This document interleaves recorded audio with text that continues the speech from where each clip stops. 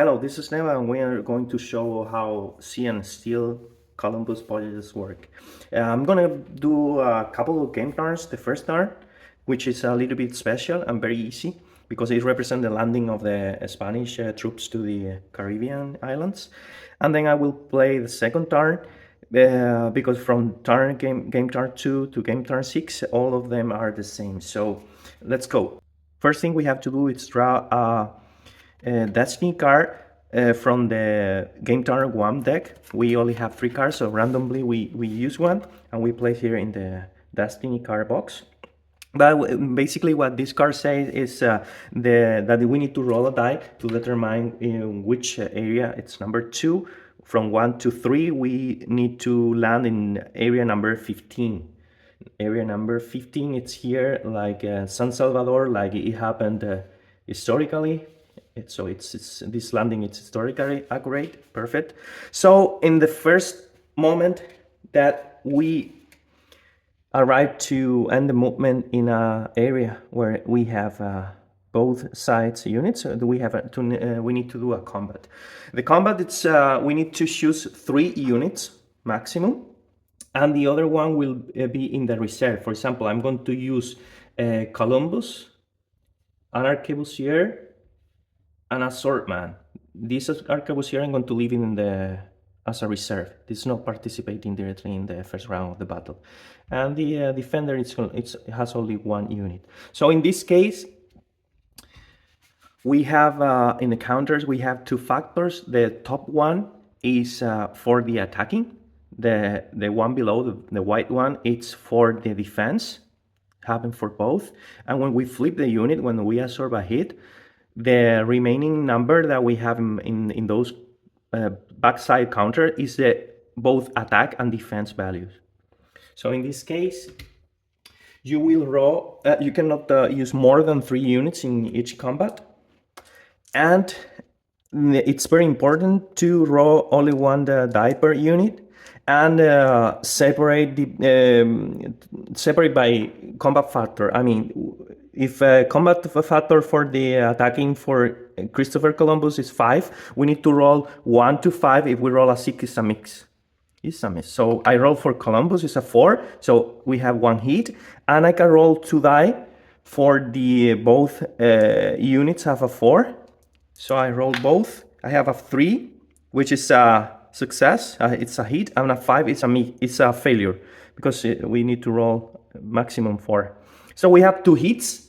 That it's enough for eliminating that unit, but the defender will roll because all combat are simultaneous unless an event card says the opposite. So we roll, it's a 4. We needed a 2 or less, so we missed. So we remove the indigenous the Taino, and we return it to the reserve, which is the bag and shake. Okay, so we conquer 1 area. This area it's 1 victory point value. So we score 1 victory point, and we need to roll for goal search. Every time the Spanish conquer or reconquer an area in the Caribbean island, in the Caribbean, they have to roll for a goal search. So goal search, it's specified here. So we need 1 to 3 to get royal support. 4, nothing happened. 5, 6, -1 royal support. So we have a 6, that means -1. So we have -1, you see here. So what's the royal support? It's the Spanish crown. Depending how the goal they find, they will support more or less. That will affect directly, as we will see later, how many units will arrive. And also the victory points at the end of the game could be affected. In this case, if I end the game in this area, it states -1 victory point, but if we have the final marker in this area, in one of these boxes, we have a +1 victory point. But in any case, we also have to check this icon over here, which it's Divine Grace or Yaya. The Divine Grace, it's for the Spanish. The Yaya, it's a Taino god. That's for the indigenous side. We will see later. So we adjust it and we leave it in the not used box.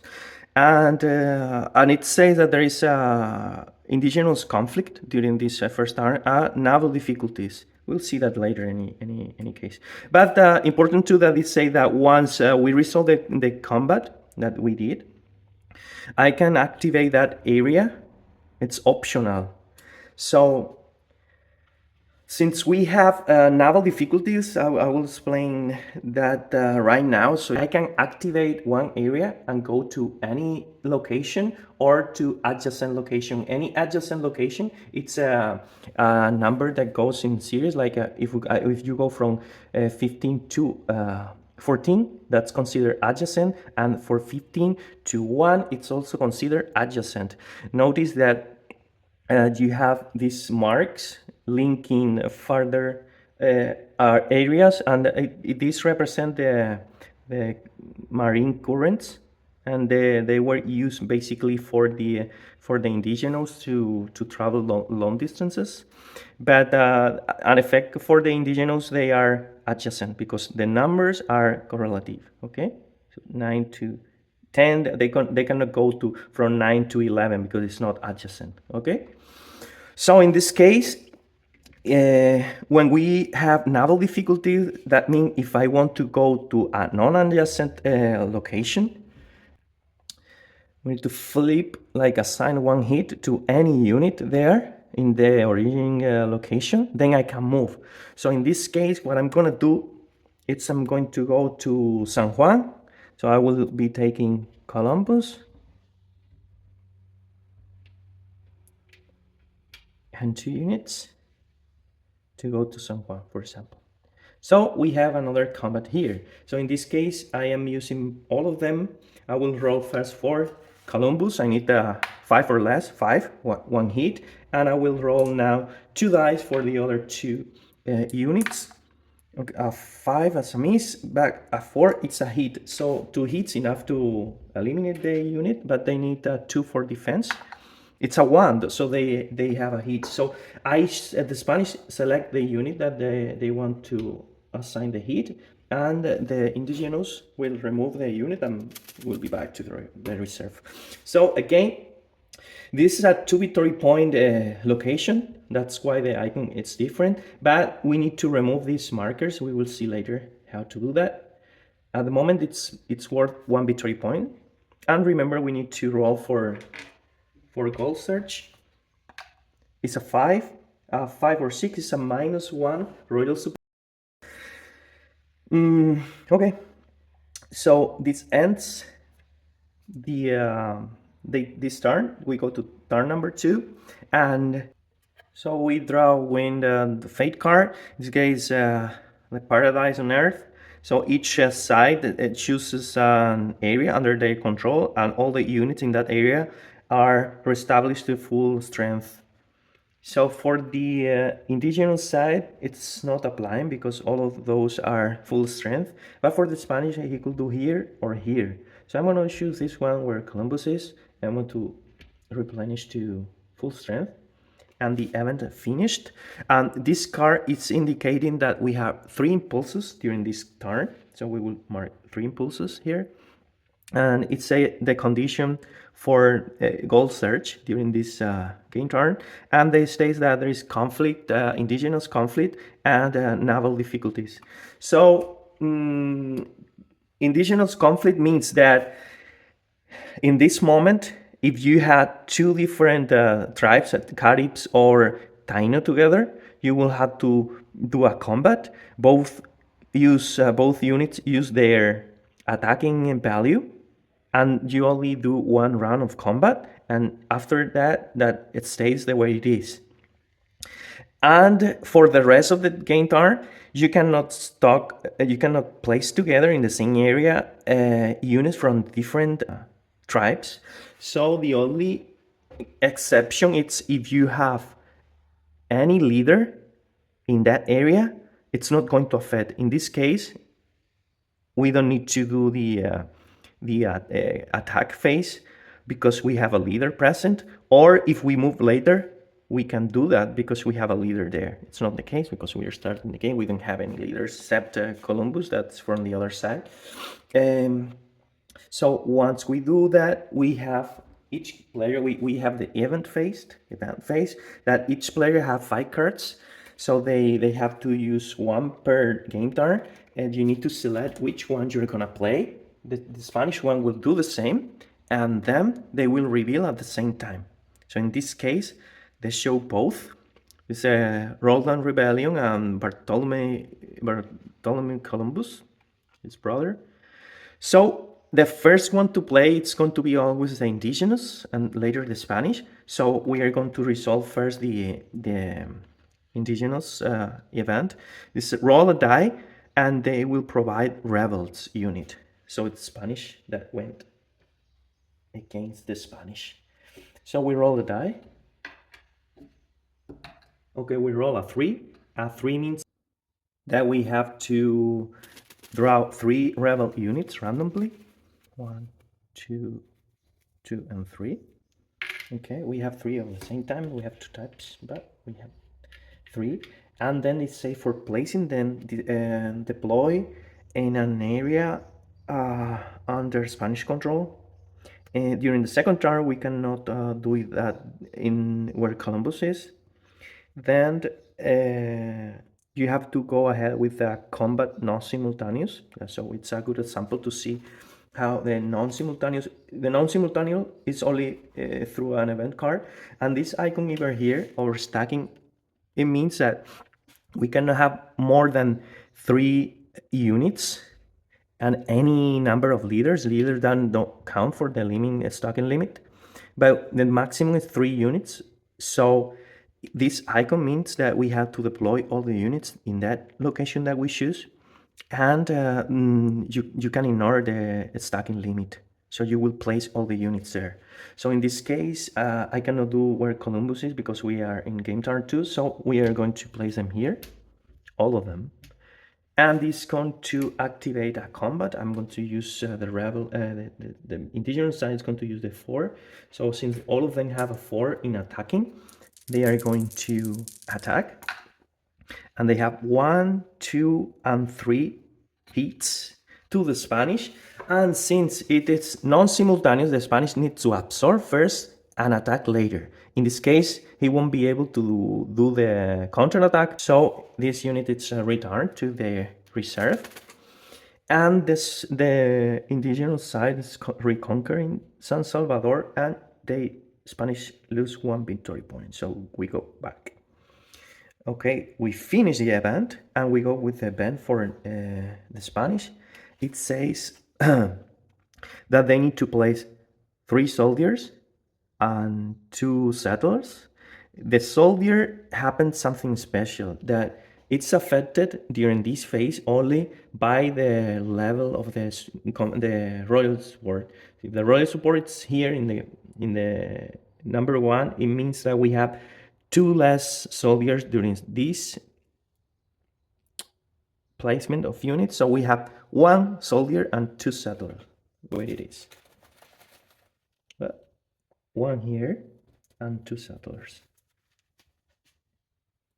Okay, looks, we have 1 each. Perfect. So, and they say this very clear: deploy on an area under your control. In this case, we only have this space. We don't have any other place where located. We go. And the good thing is that we have, if we have the overstacking icon here, so I can place all of them here because it's not affecting to the stacking, limited stacking. So if we didn't have this icon here, I will be only able to place 1 more. In any case, I'm going to do the Spanish have a free action called Royal Notaries, that I can remove 1 Royal Notary and remove from, this is going to be back to the reserve. And then I can remove the parchment marker. We can place it out of the game. We are not going to use it. And this area is going to be worth 2 victory points for the rest of the game. So I can score 1 extra. Okay, we finished the event phase, and we have to do the reinforcement and replacement phase. That way I need to check the values on both cards. They have a 7 here, and the Spanish have a 4. So we need to check the difference. So if there is a difference of 3 points on their values, and the player who has the lower value, it's going to have more replacement points. It's going to have those 3, and the other side's going to be 1 only. If it were the opposite. But so there is another exception here, that if the difference from both values is 0 or 1, both players are going to take two points for RR. In this case, in the Spanish, goes with 3. So they need to select them evenly between the two types of units. In this case, for example, they can select to use 2 soldiers and 1 settler. For example, this one. Okay, and where to place them? I cannot place them here because we have a priority here. Nice control areas. We need to search for empty areas. We don't have empty areas neither. And then we need to look for adjacent to this area any location. So we could place some here. From 9 to 10, we could place some here too. I could do maybe 2 here and 1 here, or all of them in the same place. So I'm going to do this. I'm going to place all of them here. So it's a stacking limit. And then we need to do a combat. So we are going to be rolling 5, 4, 1. So let's do that in order. 5, okay, 1 hit. 4, another hit. I don't need to roll the other one because this unit is eliminated. And he's going to defend with a 3. A 6, nothing happened. Nothing happened, so this goes back to the reserve. And the Spanish conquer another important location, Santo Domingo. So we score 1 victory point because we cannot remove this marker. This is a pound. We need a royal notary. And we need to roll for goal search. We roll a die. We have a 3. From 1 to 3, we have +1 royal support. Okay. And then we can remove these cards. We can place it out. We are not going to use it more for the rest of the game. And we are going to start the impulse phase. For the impulse phase, what we're going to do, it's always the indigenous side. It's going to do first. So let's do this. For the first impulse, for the indigenous, I'm going to do a right from here to here. So they have up to 2 attempts, but they need to be successful in the first attempt, otherwise they can do it. They roll, they have a 6, and that's very bad because in the first round of incursion, they need to apply 1 hit to their best unit. They only have 1 unit, and the impulse ends because you failed. Okay, for the Spanish impulse, we have 1 overstock location, so we cannot do anything else until we go back to normal stocking. We need to get rid of those accessing units here that are bad. And I'm going to do something first. I'm going to flip this unit to do naval. I'm going to do something. I'm going to move. When you activate one area, that works for both units, you can move to different location, and you can do adjacent or naval. So with only unit taking the hit for the naval difficulty. I'm gonna be moving these two over here.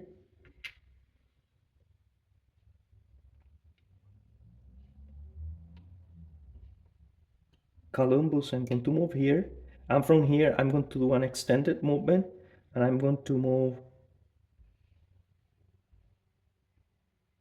these two over here. Let's see what happens. First, the first attack here, since I'm attacking a jungle, they have a +1 in defense, and The Spanish soldier has a -1, so it's gonna be a 3. I roll for a 3. It's a 5, miss, and this is gonna be a 1. They are not affected. A 1, okay. I eliminate that unit. And they are going to defense with a 2. Nothing happens. Okay. So it's eliminated. Go back to the removed. And we have 1 victory point. And then we need to roll for gold. And we roll a 3, which is a +1. Perfect. And we have another combat there. So we need to roll for 2 4s. It's only 1 hit. The defender, it's rolling a 2. It's a 4, nothing. So he assigns 1 hit. Then he can decide whether to retreat or keep fighting. The defender goes first. Otherwise, we have another combat round. And since this is connected, and it's we can retreat here. And he's gonna do so. So the combat ends. Spanish get 1 victory point and roll for call. I'll roll a 1, which is another royal support. They're finding a lot of call. And then we have ended the impulse. We go with the indigenous. See, we are going to activate for naval the rebels. It's gonna be all of them coming here. And then see what happens. So they are fighting first. They are rolling 4 4 3, 4 4, only 1, and 3. So it's 2 impacts. And the Spanish is rolling for 5 and 4. 5, okay, success. And 4, also success. So in this case,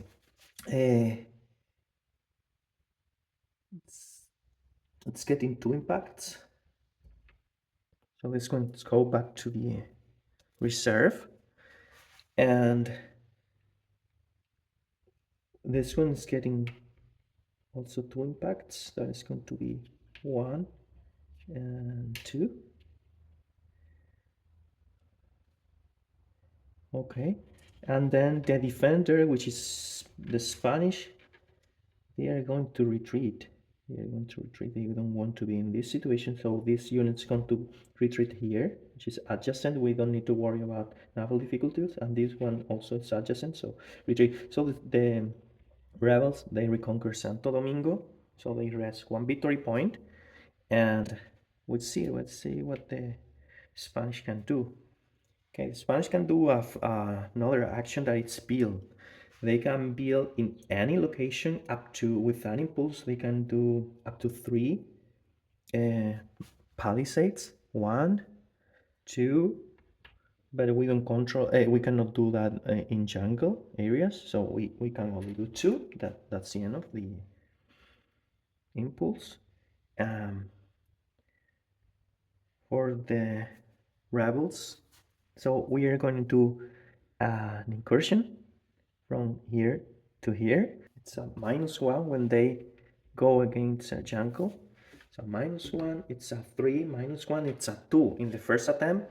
That's a good thing because they have, we can reduce their best unit. Their best unit is the cavalry. So we choose this one. Get back to the Spanish. And we have here a second attempt. I'm gonna do the second attempt because we were successful. It's a little bit more risky, but we have a 5 -1, it's a 4. Oh, so we need to reduce our best unit, and this one. For the final thing that the Spanish can do, so we are going to make an example so you can see everything. Build a citadel. So we need to have in the same location a pound and a palisade in order to build one. Okay, so the palisade goes to the reserve and both goes to the reserve, the pound too. We need to do the final phase where we check victory condition. It's not the case, and it's a little bit to explain how the game works. We'll make more video explaining in detail the extended movement. I didn't use the divine grace or Yaya marker during this whole turn, so it's going to be, for next turn, it's going to be flipped, and the indigenous side is going to control it. But basically, what you can do with that is that you can during a incursion or combat, or for the Spanish side only during a goal search roll, they can apply a -1 to the die roll, or they can re-roll any number of die. So it's and in the moment they use it, it's flipped.